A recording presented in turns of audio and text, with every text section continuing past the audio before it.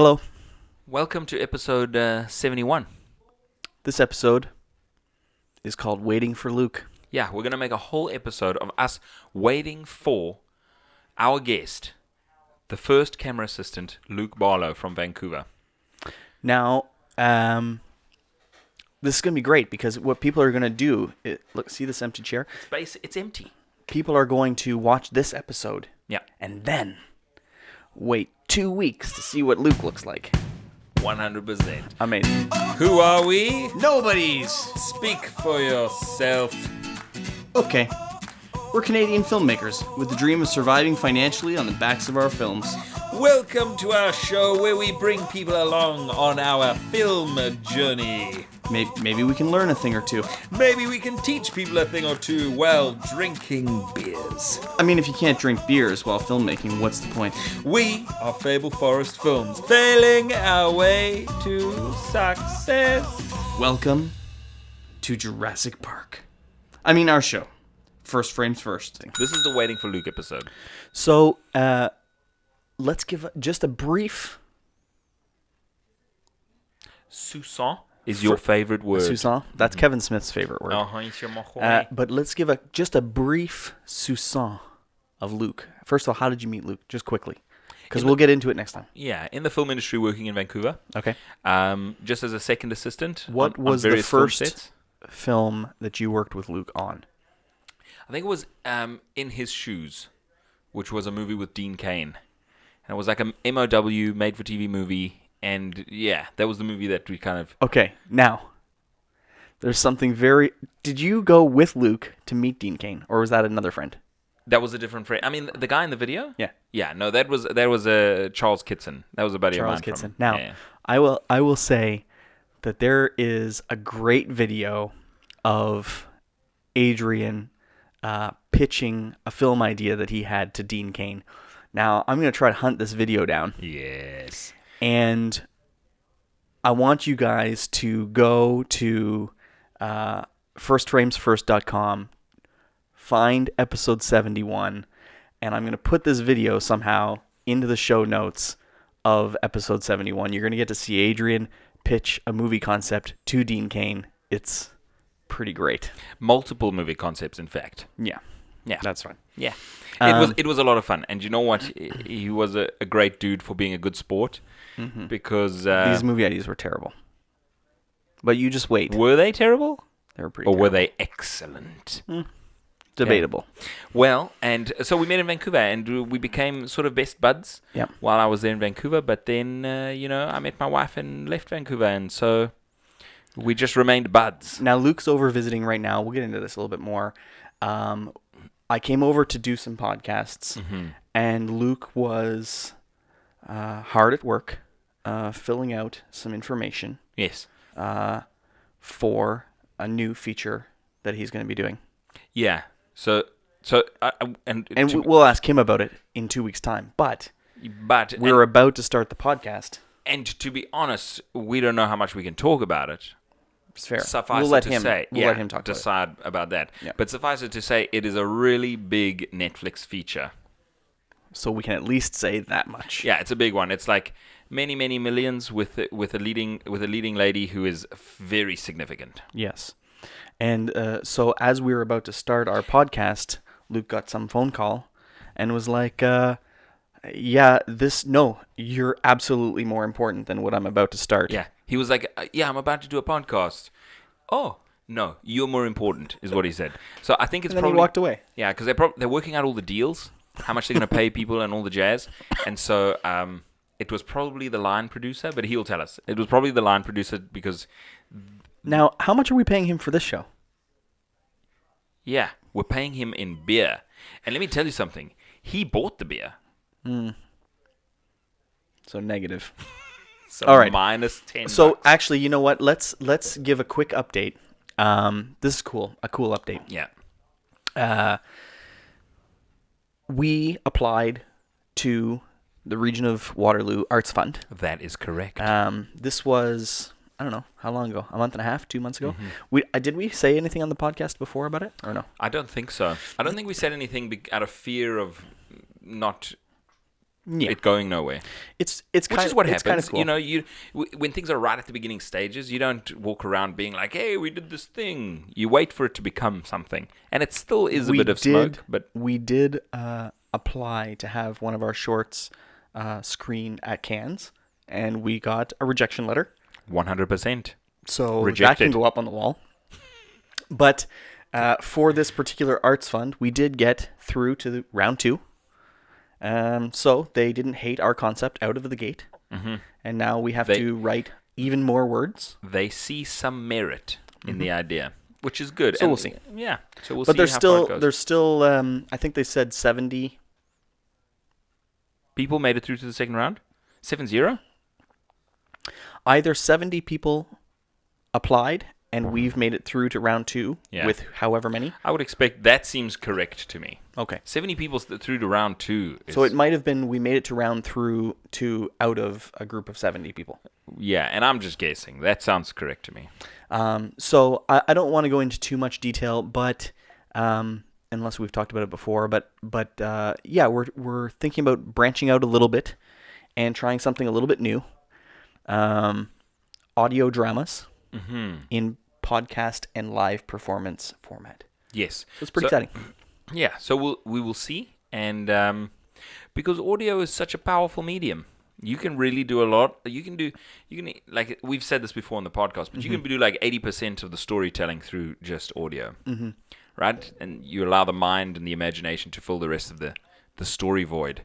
And so this is part of the experiment that we're hoping to partake in, and we're hoping to explore. And it would be really great if this turned into a something. And I'm pretty excited. We'll see. It would be a lot of fun. I mean, you can't count chickens and whatnot, but yeah, let's just wait and see what happens. So November 15th. So by the time this podcast comes out, we will have submitted round 2, and then I think it's before the end of the year we'll know. Mm-hmm. So yeah, we'll see, and maybe we don't get it, but if we do, could be fun. I will say I was talking about audio. I was watching over Halloween, Shining, The Shining with Lex. Was it his first viewing? Oh yeah. Oh, and delicious. Because he watched it, right? The new It? The new It. Well, That's right. he's watched both It's now. And we went to the second one. Yeah, part 2, yeah. So I've kind of convinced him, he never was into scary movies before, but I've kind of convinced him that some Stephen King's, it's not all about horror, slasher, whatever. There is some Other stuff. journey to the whole thing, right? Yeah. One of his favorite movies is Stand By Me, and he really did like the kids and It and all that kind of stuff. And so he's giving The Shining a try, because I'm trying to convince him to come with me to see Dr. Sleep. And Dr. Sleep looks pretty scary, so we'll see what happens there. But that all said, watching The Shining and hearing just the notes, like the screeching notes and the like high-pitched sounds that are just always there, makes me want you to watch it again. Because when we think about Shifted and there's one thing, the score is one thing, the music is one thing, but those long notes, those creepy moments, and Yeah, and do you know what the funny thing is? I think technically that It's does part of the score. fall under score. I believe you're right. But it's not like it's. I mean, it is musical because it's a tone, and it might be a harmonic tone, like it might be like multiple notes, you know what I mean, in one tone, and it's gonna fade, and but there's probably an art to creating the perfect sort of drone, because it does make you feel it just sort of something. sucks you in, Yeah. And that, I mean, talking about drones, like Christopher Nolan with Inception has brought the drone to a whole new level, Right. because he brought it to the forefront. All of a sudden it wasn't in the background, it was like at the forefront, and it was at the forefront of the trailer, Right. and then it's the forefront of everyone's trailer right now. I don't know, for the past 5 years. I mean, I think that everyone who's watched Shining remembers when Danny's rolling his little 4-wheeler, little 3-wheeler down the halls, Through the hallways. and it's like carpet sound, and then Linoleum. floor, whatever wooden that is. flooring, and then carpet, and yeah. then wooden flooring, and then carpet, and then it's just such a so Tense. great. It's just so tense. Yeah. Anyways, we're really enjoying it, and That's awesome. yeah. It is great. That is great. So It's the craft. A man who took the craft seriously. now Stephen King famously did Hate- not yeah. like The Shining. Yeah. And I read an article about it, and he basically just said, and you know what? It's kind of true. But he basically said that, here comes Luke. Oh, here comes Luke. Okay. Everyone, Luke Barlow. Hi, how's it Bro. going, everyone? Sorry, I'm late. No. no, we're starting a new podcast in a minute. This podcast is not for you, really. This is about you. So just sit there, look pretty, keep quiet. The title of this show is Waiting for Luke. So, Okay, now you know how cameras work, but microphones, you need to speak into the microphone. Don't yell. anyways, have you heard why Stephen King did not like The Shining? No, I didn't. Okay. I So have one not. of the reasons was that he said that Jack Nicholson, who, although he was great, immediately looked like he was ready to murder his family, like right from the get-go. And he said that in his book, he really took a longer amount of The time progression. to grow that, you know, psychosis and hatred. They started out as like a loving family, you know, and he said that Shelley Duvall's character was not weak and mousy in the book, and in the movie he was like, you fucking wrecked my book, bro. What film are we talking about? The Shining. Stanley Kubrick. Never seen it.